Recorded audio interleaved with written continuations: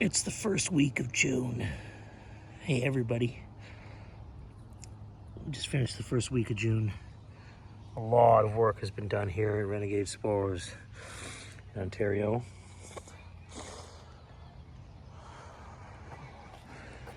We processed this gigantic pile of wood chips mostly. Some mold had come in, which was a big fiasco. Took a lot of work to get that under control, but we did. We've got lots and lots and lots of supplies that we've been adding. We've been adding lots of biomass to the garden here. The hugelkultures, this was our first hugelkulture, and then we've expanded that way and over there. So these are coming to life. And all of these have been inoculated with wine cap mushrooms, and some of the wine cap mycelium that was growing in our very first wine cap bed has been added underneath here, along with some layers of wood chips and then a bunch of soil. We've been getting these bales of straw, which are just an absolute godsend for doing permaculture work. This is so good. This stuff decomposes quickly. Mycelium runs onto it very well and quickly, and here we go. So in this garden here, we took some space out of this flower garden, which apparently the butterflies absolutely love, and we turned it into this hugelkulture. So this has got wood chips and straw and mycelium underneath, and then we decided to add compost and black soil on top. We're growing tomatoes and potatoes. There's going to be kales. Over this corner, we're going to grow lettuce and leafy greens, things that don't need as much sun. We have squash and beans that are going to climb, like climbing beans.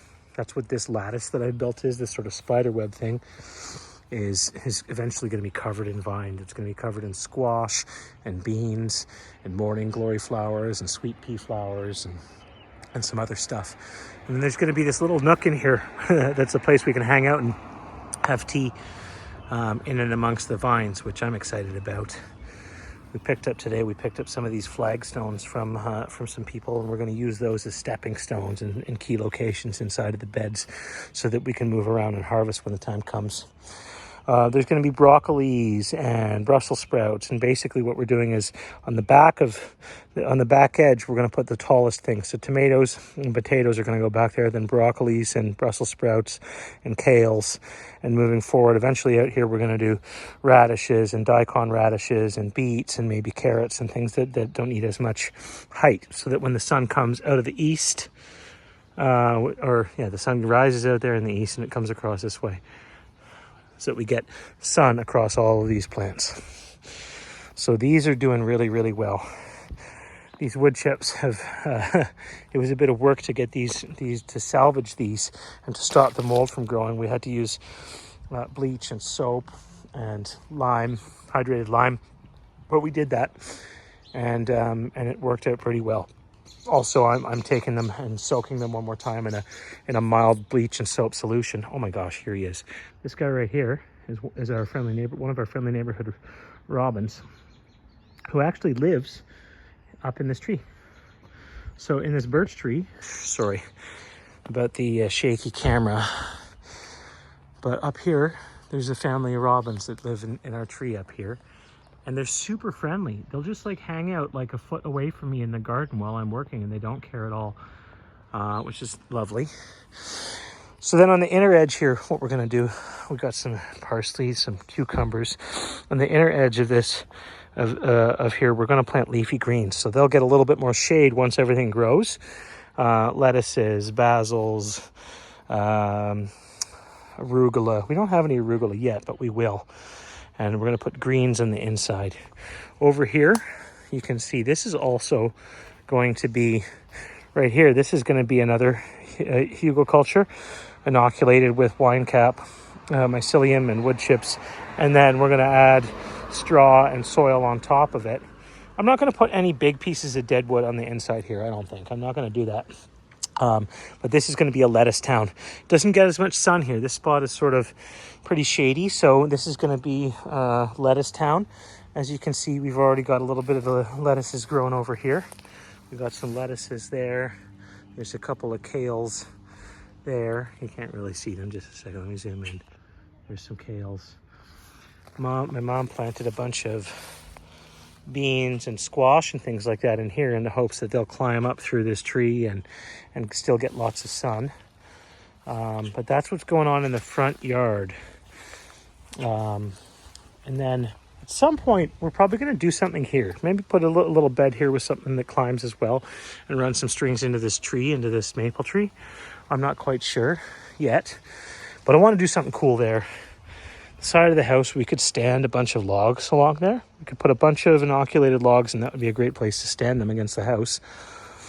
Also, I don't know if you can see it, but someone was chopping a fence up, and I got all these pieces of wood that I am going to I'm going to use fire to make these things look really special. So I'm going to hit it with a blowtorch or run them through a fire and then hit it with a wire brush at some point, and use those as borders for some of our gardens.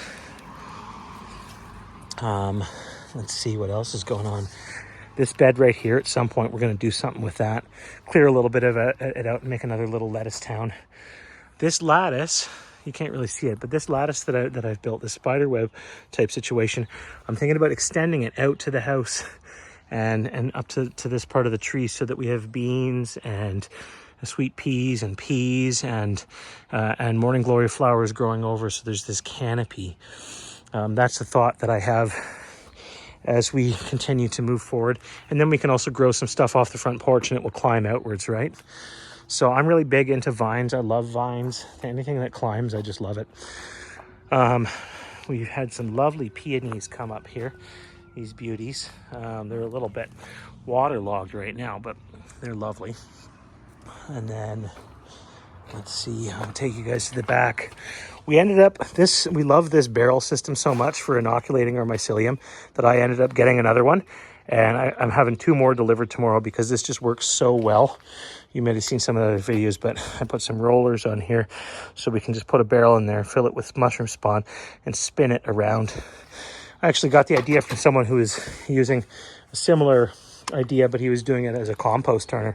I thought, wow, that's just the perfect thing for our mushroom operation.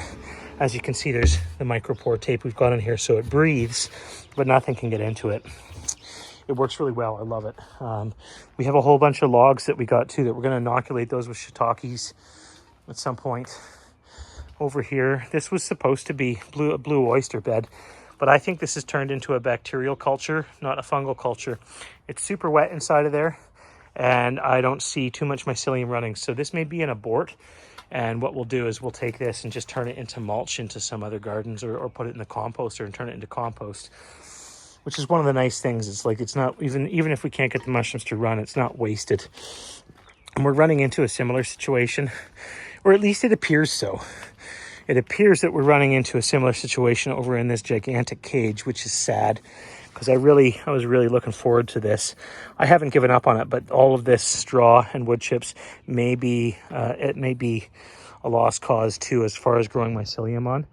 We put 1 bag of pink oyster spawn into this, but I think what happened is that it was super hot for like a week, and I left the spawn inside of the barrels for too long and into too much heat. So I think I might have actually cooked the spawn and killed it, and then this was sitting for a week or 2 before I really realized it. We added another spawn bag directly to the mix, but if it's become a bacterial culture, the bacteria may outnumber the mycelium significantly, in which case they're probably not going to succeed here. So I might have to clear this out and make it a redo. The structure is still good, but this might just be for the compost or for some hugelcultures. We'll see. I'm halfway between trying to bring it back to life and clearing it out and starting fresh. But that's what's up here. There's a little nursery over here. We're getting lots of animals. They're starting to come in after our seedlings. So what we're probably going to do is build a little frame that's got a lid on it and wrap it in plastic to make it look a little like nursery box. So that's a project for this weekend. As you can see, the gardens are coming to life. And my mom over here. Say hi, Mom. This is my mom, in case you haven't met her yet. She's doing all this wonderful gardening with me. We got some lovely lilies here. Look at those, beautiful lilies are popping up.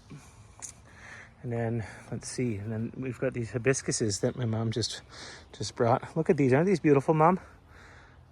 Lovely. Just say. Yeah, they're gorgeous. Yeah. As you can see. So Oh yeah. beautiful. Oh yeah, it really is. Look at it. This one's my favorite out of the bunch. Yeah, me too. And then over here we've got a bunch of these logs that came in with our wood chips. We're going to inoculate these at some point, cover the ground underneath them in gravel and sand to keep other organisms from coming for the food that's inside of them, like to eat the wood, and hopefully we'll get mushrooms popping out. We're going to use these as stands for other flowers and flowers and herbs, and then we'll get some mushrooms every now and then throughout the year popping out too. This is from the big birch tree outside. So these are also going to be inoculated with mushroom spawn. And I'm excited about that because I love log culture. We haven't got around to it yet. We've been doing a bunch of different things, but that's going to happen soon. Over here, you can't see it too well from here, but we have really this culture. I'm not going to dig in because I got a beer in my hand. But over here, these are our very first wine cap beds. And I've added some of the wood chips. I processed these wood chips, I rinsed them a bunch of times. I soaked them in bleach and soap overnight. I rinsed them off so hopefully these are in decent enough shape. But underneath, if you look underneath, this is like a half a foot of straw, and the mycelium for these wine caps is running so strong that I'm really excited. It's running so strongly that we're actually starting to use this as spawn for other beds. So this is going to really, really, really pop up with a bunch of wine cap mushrooms. I'm super excited about that. And it's doing very well. Over here, we have, this is actually a device that I put this together. I put this frame together to try to spray out the wood chips to get the extra mold and lime and stuff off. It didn't really work very well. So I decided I was just going to put in a bunch of blue oyster spawn into this, which is what's inside here. We'll see. It's pretty exposed to the open air, although I'm keeping it nice and wet. It drains really good. This was an idea that I had, to grow mushrooms out of these things, and I think it's going to work really well. I think we're going to get really, really good flushes out of these once they start to grow. And as you can see, I built another one here. So this is the idea, is that I want it to drain really well. We're going to put more mesh around the outside, but I want this to drain really well so that we can hit these stacks or these cages or whatever we're calling them, these columns that I'm building. We can fill them up with substrate that's been inoculated, and we keep them nice and wet, but the drainage will be really good, so we don't end up with bacterial cultures. Back here, you can see that we have, there's a whole bunch of space back here. We're going to put another mushroom stand here.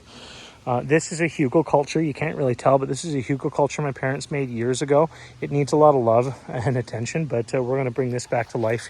Not that it's not alive, but we're going to make this sort of a lettuce town.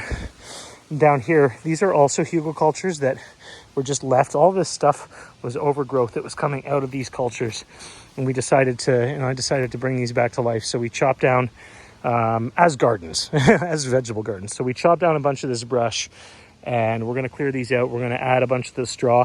What we might do is we might take that straw that from the blue oyster and the pink oyster beds that seem to have gone bacterial, and we might turn that into mulch here. I'm going to add more wood and more soil to this, but this is a great spot to grow a bunch of lettuce and kales and leafy greens. I might also put beets and radishes and daikons in here. That spot over in the corner, this whole spot, I'm thinking is going to be a really good place for some berry bushes. But that's what's up here. And this spot, we actually moved some lilac bushes out of here, and there's a few more. We're going to migrate some of those lilacs out to the front. Back here, you can't really see it too well, but back here I've got a whole bunch of the wood that we've cut over the years. So there's a whole bunch of decomposing wood back here that'll be great for hugelkulturs and building soil. One of our neighbors was giving this away, so we got another one of those for free. And then it's got a little crack in it, but that'll be fine. And then over here, this is the most exciting thing ever, is that our bucket operation is starting to take off. Inside, I got some lion's mane buckets that I did, and they're starting to show signs of mycelium, but take a look at these. This was our very first two oyster buckets that we inoculated. And look at the size of these guys. They're starting to really, really blow up. These ones we're going to harvest and cook tonight. But as you can see, this bucket culture is really working quite well. We got some little guys that are just starting to pop out. Some mid-sized ones. And then down here, there's some that are just starting to pin. Let's see. They're just starting to pin. So the bucket culture is definitely working. Oh, look, we got a little friend. Don't eat too many of my mushrooms, dude. You can have a bite, but... yeah, so this is what's up here at Renegade Spores in Ontario. We're doing a bunch of permaculture, you know, just in our suburban backyard. You know, that's what's up. We're here in the suburbs and utilizing the space that we've got, but we're growing mushrooms and we're growing all kinds of vegetables and medicinal herbs. We don't have a lot of space, but we are going to do high density permaculture and agriculture, and we're going to grow lots and lots of food and medicine regardless that we're just here in the suburbs. And eventually we'll have a farm of our own, but this is what's up, is we're here. And yeah, if you're watching these videos and you want some fresh organic gourmet mushrooms, we got you covered. Hit us up. And I hope you all are having a wonderful summer, or whatever time of year it is when you see this. And I hope that this video inspires you, because growing your own food is just one of the most joyful and empowering things in the world. And anybody could do it, you know, even if you don't have 100 acres or 10 acres, even if you got like a half an acre of land, or I don't even know how much this is. It's probably not even that much. But even if you just got, you know, a little bit of space in the suburbs, there's lots that you can still do to grow your own food and medicine and become self-sufficient. So that's what's up. I hope that this inspires you. We're looking forward to continuing to share this journey with you. Mom, say a farewell to everybody here on YouTube. Say a hello and a goodbye. Goodbye. Okay, take care, everybody. Have a lovely evening. Morning, night, evening, whatever.